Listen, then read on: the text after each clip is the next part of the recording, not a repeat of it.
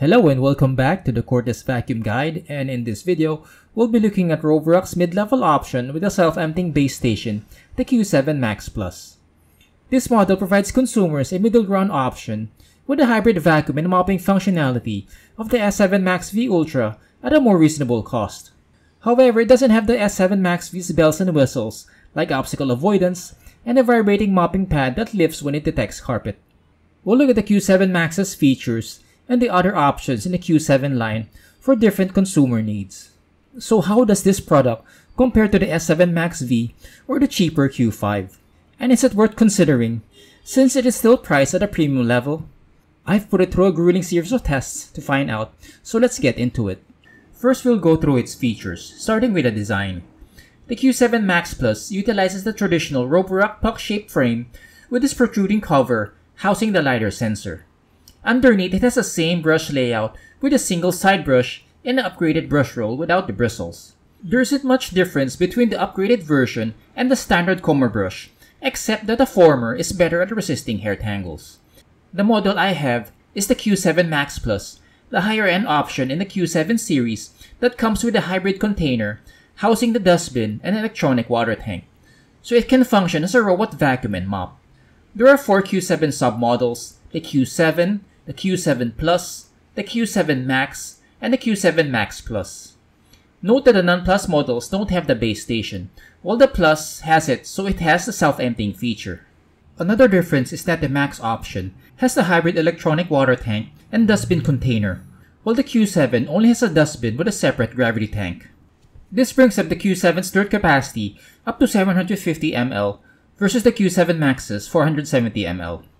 However, dustbin capacity won't matter with the Plus options with the auto-empty base station, but it is a factor for the non-Plus options without it. Another factor to consider is that the Q7's water tank capacity shrinks nearly half since it only uses a gravity tank, so its range will be less than the Q7 Max that has a larger water tank. This variance will play a factor in deciding which submodel to choose. Like all Roborock smart robot vacuums, the Q7 Max Plus uses lidar, which navigates in straight lines. It starts the run cleaning the edges before moving towards the middle portions.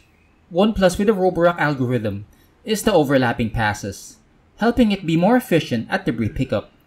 You could see this in play during the coverage test, where it got most of the debris after the first pass. It completed a 2-pass run in a little over 16 minutes, which is one of the best scores of all the robot vacuums I've tested. The Q7 Max Plus will do a 1-pass run at its default cleaning cycle, but you can unlock the 2 or 3-pass run if you go to the Room or Area tab. This also unlocks the crisscross cleaning pattern, where the robot goes in a vertical and horizontal pattern, most useful in mopping floors. One downside with lidar robots is this protrusion that blocks them from going underneath low-clearance furniture under 4 inches, but the efficiency makes up for it. The Q7 Max Plus has a rated 4,200 pascals, 1,500 more than the Q5 and Q7. But tests reveal that it has slightly lower airflow versus the Q5. The lower airflow is reflected in the cleaning test scores, where the Q7 got a slightly lower percentage. There's no variance between the combo brush and upgraded brush roll when it comes to debris pickup. It had nearly identical scores in the Sanon hard floor test, a barometer I use for hard floor vacuuming. But the Q7 Max Plus was worse in the deep cleaning test than the Q5, picking up 69.63% versus the Q5 score of 75.77%. This proves my theory that higher airflow robots will pick up more sand in deep cleaning tests, and that the older combo brush and upgraded brush will have similar results in surface cleaning. However, one advantage of the upgraded bristleless brush is its ability to resist hair tangles better, as evidenced by the hair wrap tests. It got a better percentage than the Q5 in both 5 and 7-inch tests. Again, it's another evidence for my theory that the upgraded brush roll is better at cleaning hair. One potential deciding factor is the mopping feature available in the Q7 Plus but absent in the Q5. The Q7 Max Plus comes with an electronic water tank, so consumers will have more precise control over water flow through the app. However, it doesn't have the scrubbing element found in the S7 Max V Ultra, so it won't be as efficient with cleaning stains. I tested the Q7 Max Plus on red wine stains and it got everything off by the second pass. Unfortunately, it will not leave a dry surface because it cannot pick up liquid. Like all Roborock mop hybrids, it drags a wet pad on the surface and functions like a traditional mop.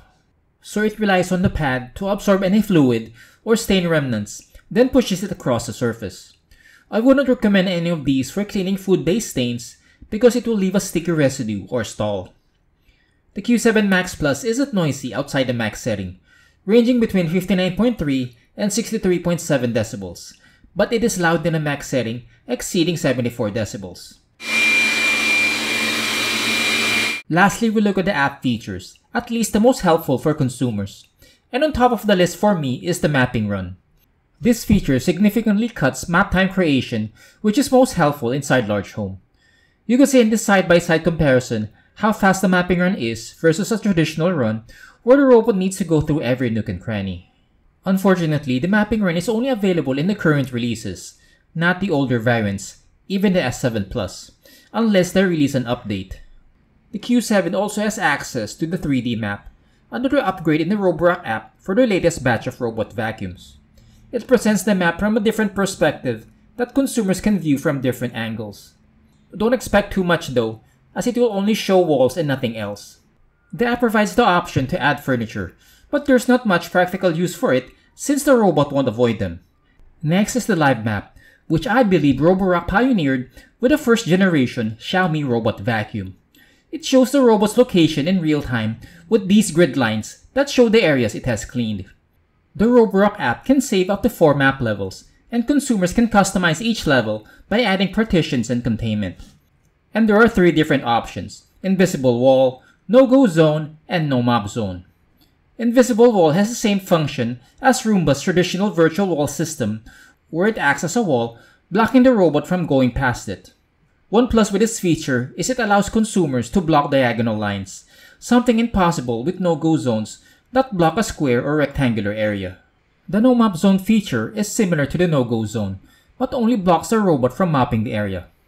However, I think it's a redundant feature since the Q7 mopping pad is always in contact with the surface. The app provides 4 different vacuum levels and 3 water flow settings. Scheduling is also available to automate the vacuuming or mopping tasks, and with the Auto Empty feature, it's almost hands-free, except you'll need to detach and wash the pad since it doesn't have the self-washing feature. To wrap up this review, the Roborock Q7 Max Plus is an excellent option for folks who want the vacuuming and mopping functionality without spending a high premium for the S7 Max V Ultra. Vacuuming performance across the Q7 series and S7 Max V series is very close and negligible in my opinion, so it shouldn't be a deciding factor. However, its other features should be, whether you need the mopping function or the larger electronic water tank found in the Q7 Plus series that offers better mop control and range. If mopping isn't a high priority, then opt for the cheaper Q7 without the Max, but with the upgraded brush so it resists tangles better. It's an excellent option for pet owners since the brush roll will be easier to clean. However, if cleaning hair isn't a priority, then the cheaper Q5 Plus is an excellent option for folks who don't want to spend too much. If you've made it this far, I'd like to say thank you and consider giving this video a thumbs up if it's been helpful to you. It goes a long way in growing this channel and reaching out to more consumers. Subscribe and hit the bell icon to get notified when I publish new reviews like this. Links are in the description down below for more information about the Roborock Q7 Max Plus and other Q7 variants. Thanks again for watching, and I'll see you in the next video.